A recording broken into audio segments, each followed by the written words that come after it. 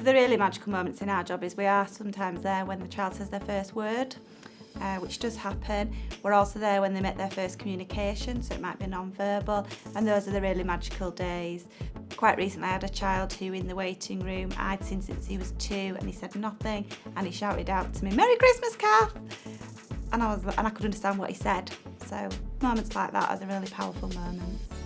My specialism is actually hearing impairment and deafness, but I also work with a broad range of speech language needs, so that can include children who are born with difficulties, like cerebral palsy, children with autism, but also children that acquire difficulties, so that might be children with a head injury, or children we just don't know. Some children are just late with language and talking.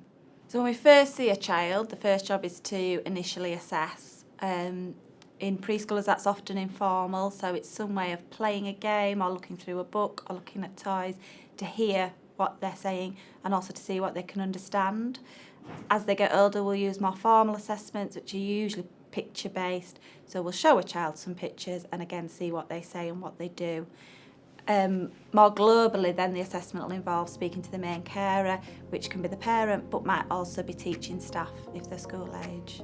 My children often comment when I pack a bag in the morning that it's full of toys, so to an outsider our job looks like we play with children, but that's the therapeutic element, so it's supporting them in developing their speech and language and ultimately their communication skills. So therapy is largely based around play. I always say when our children look back and reflect, what they should remember is playing games. They shouldn't know that they're being treated as such. So interventions might be around improving their speech clarity or building up the number of sentences they can use, or using an alternative means such as symbols or signs to communicate.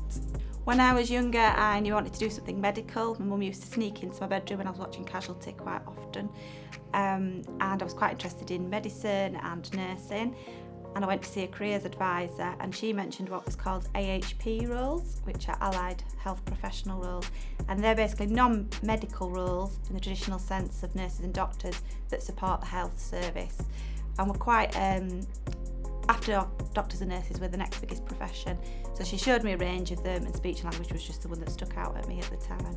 I think the qualities you need are patience. Children are challenging, there's no doubt about that.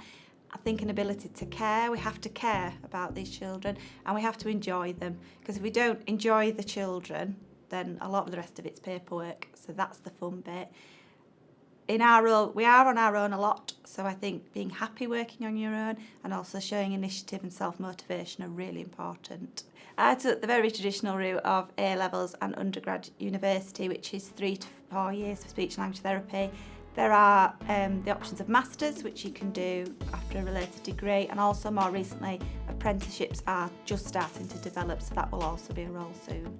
I think the most amazing thing about my role is the diverseness of it. I go somewhere different every day, I meet different people every day, I see different children every day. We get to be there at the really magic moments, like when a child speaks, but we're also there at some of the sad moments when we first tell a parent that something's wrong with their child. So I think you have to have a desire to want to help to do that.